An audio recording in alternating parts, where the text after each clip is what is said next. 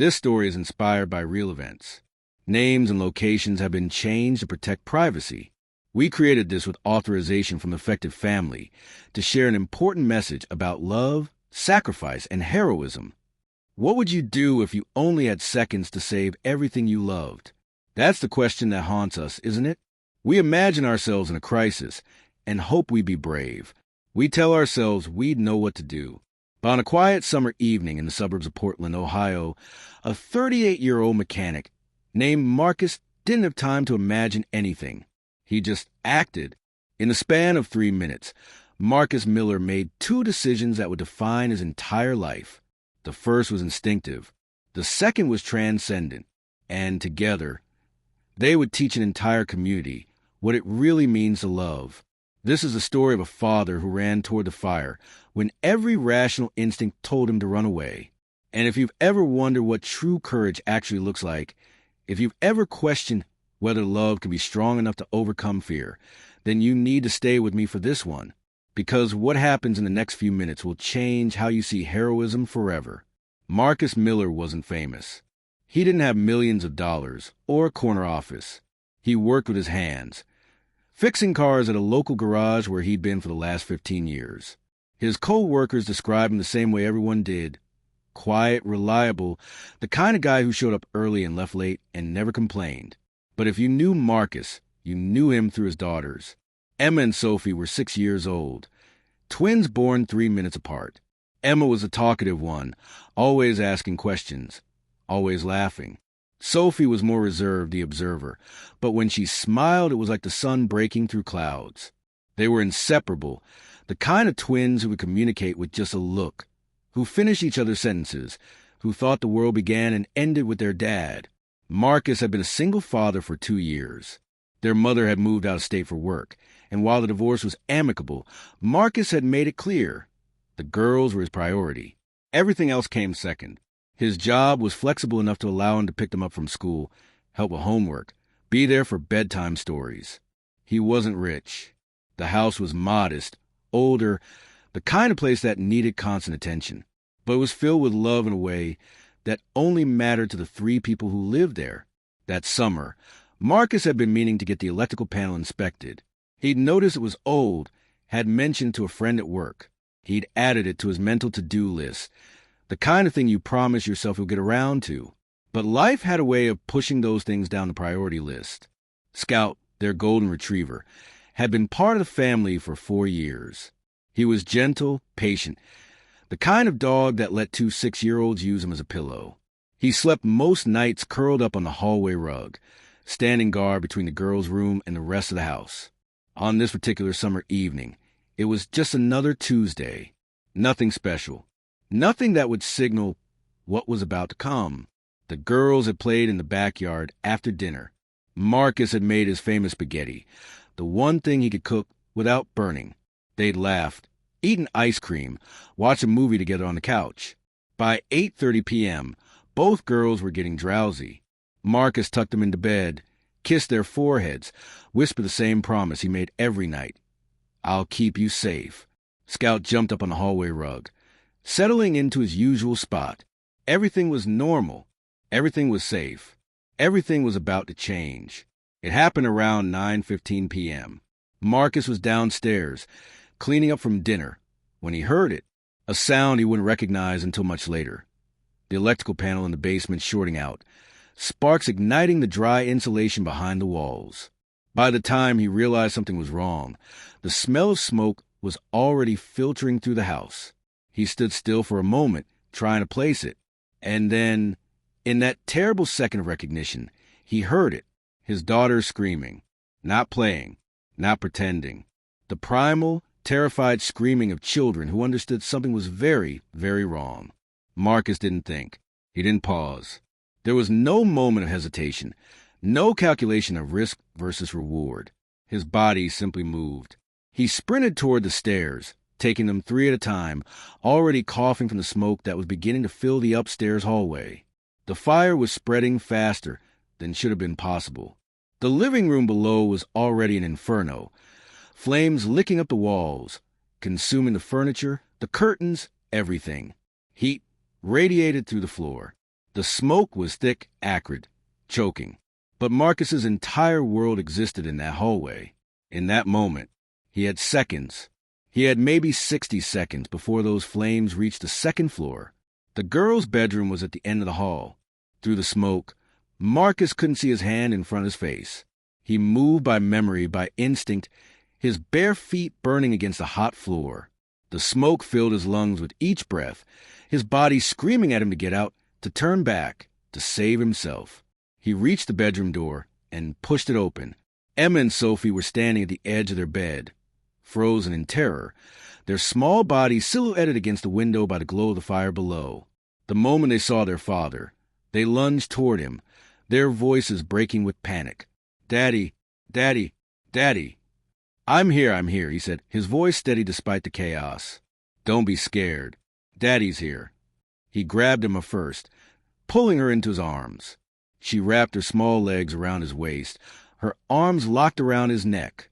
He reached back for Sophie, and she grabbed his shirt, her entire body shaking. They were both so small. In his arms, they weighed almost nothing. The hallway was becoming uninhabitable. Smoke poured into the bedroom like something alive. Heat radiated from the stairwell. Marcus made a split-second decision. The stairs were an inferno. He moved toward the window instead, shifted both girls to his chest, and kicked the screen out. For a moment, he hesitated. The drop was 15 feet. It wasn't safe, but staying was certain death. He didn't think about the fall.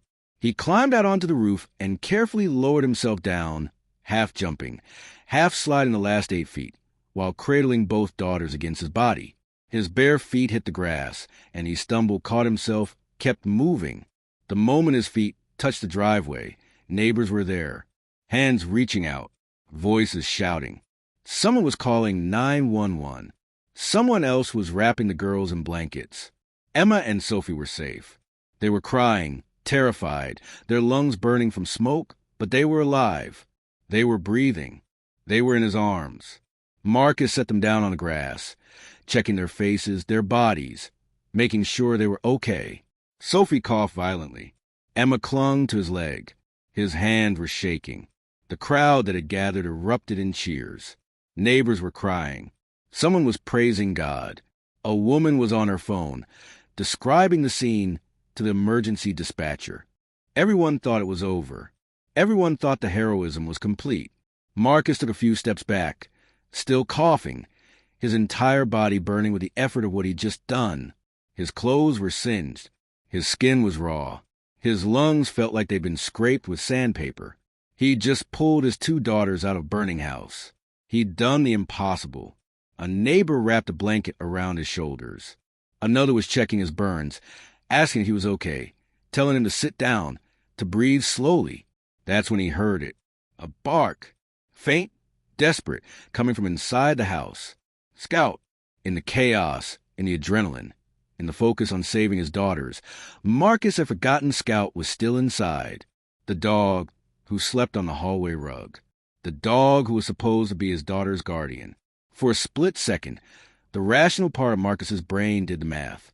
He'd already been in there. He'd already risked everything. He'd succeeded.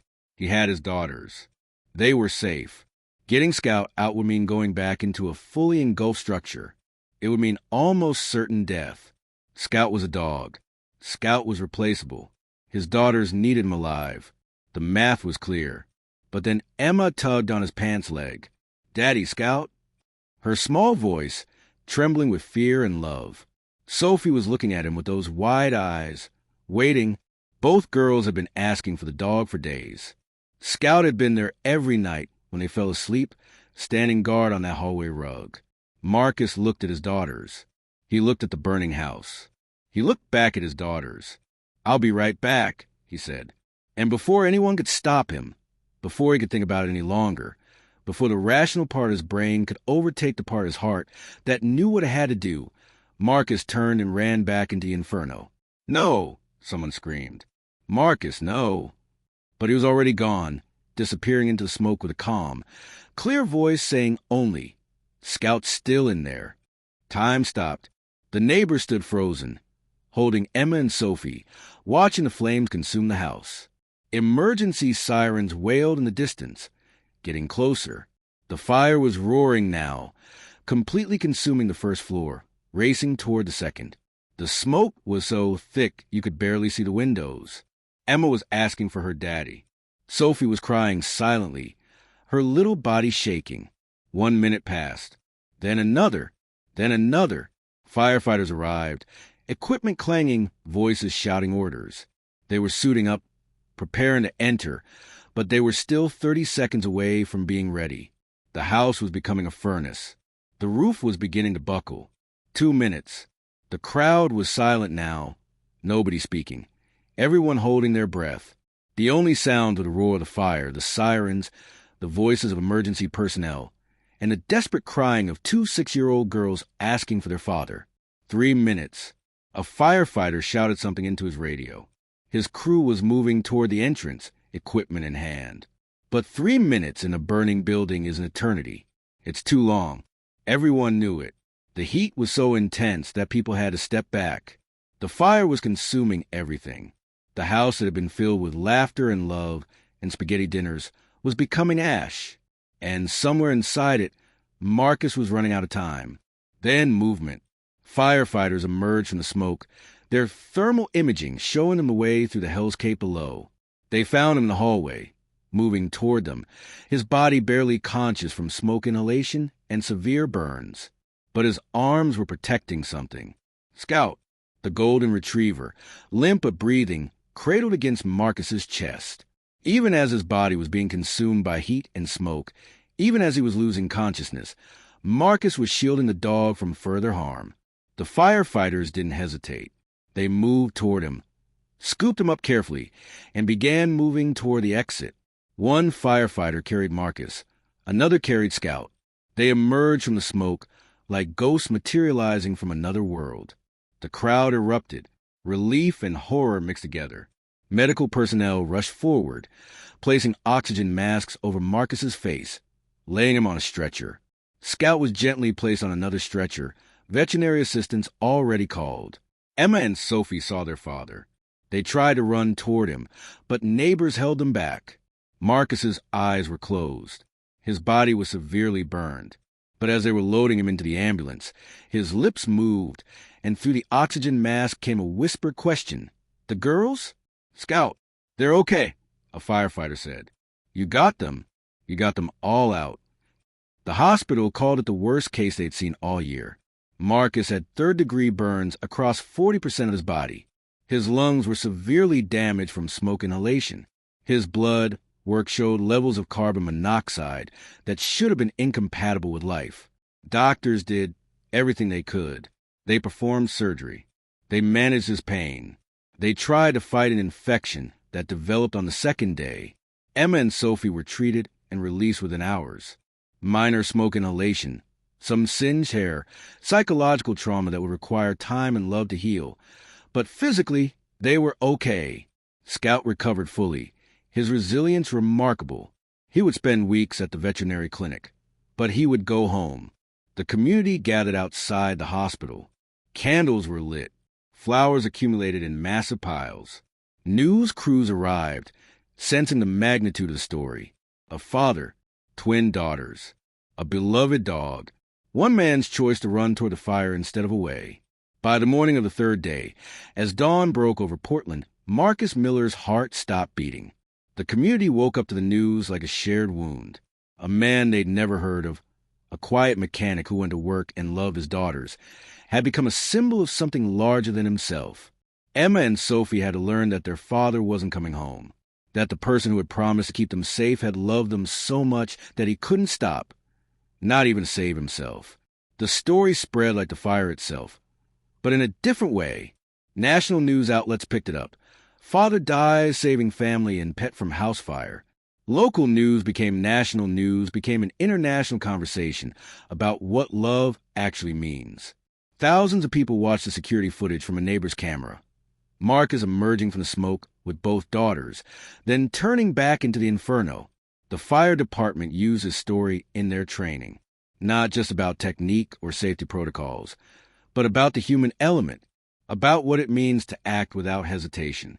about the fact that real courage doesn't calculate risk. It just loves. A mural was painted on the side of a building near Riverside Park, where Marcus used to take Emma and Sophie on Saturday afternoons. It showed him with his daughters on either side, arms around them, Scout at their feet. Below, in simple white letters, was inscribed, "Love runs toward the fire." The community established the Marcus Miller Fire Safety Foundation. Free smoke detectors were distributed to every home in a 5-mile radius. Classes on escape planning became mandatory in local schools. Firefighters began giving talks specifically about residential fire prevention. What had been a preventable tragedy became a catalyst for systemic change. Scout became a therapy dog, helping children in the hospital work through trauma. He wore a special collar with the words "Hero Dog" embroidered in gold. Emma and Sophie grew up knowing their father, not just through memory, but through the way the community kept his story alive, through the mural, through the foundation, through the changed lives of people who heard what he did and decided to be braver, kinder, more present in their own families. Years later, when Emma and Sophie were teenagers, they stood in front of the mural with their grandmother. They understood by then, really understood, what their father had done. Not just a literal act of running back into the fire, but what it meant, the choice he'd made, the love that had driven it. The world would call Marcus a hero. Firefighters would use his name as shorthand for bravery. A foundation would exist in his name, saving lives through fire prevention and community education. Scout would help thousands of traumatized children find their way back to feeling safe. But the real legacy wasn't any of those things. It was the understanding that true courage doesn't look for recognition. It doesn't hesitate. It doesn't calculate whether something is worth dying for. It just loves so completely that the answer becomes obvious. Love doesn't run away from a fire.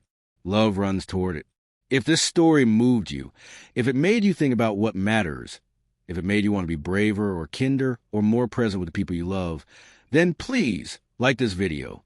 Comment with your own stories of unconditional love. Tell me about someone in your life who ran toward the fire for you. Share this video with someone who needs to remember what courage really looks like. And subscribe, because there are more stories like this. Stories about real people doing extraordinary things. Stories that remind us what it means to be human. Marcus Miller's life was short, but his love was infinite. And that's something that will echo forward for generations. This story is inspired by real events, shared with authorization from the affected family. We created this to honor their journey and remind us all, love runs toward the fire.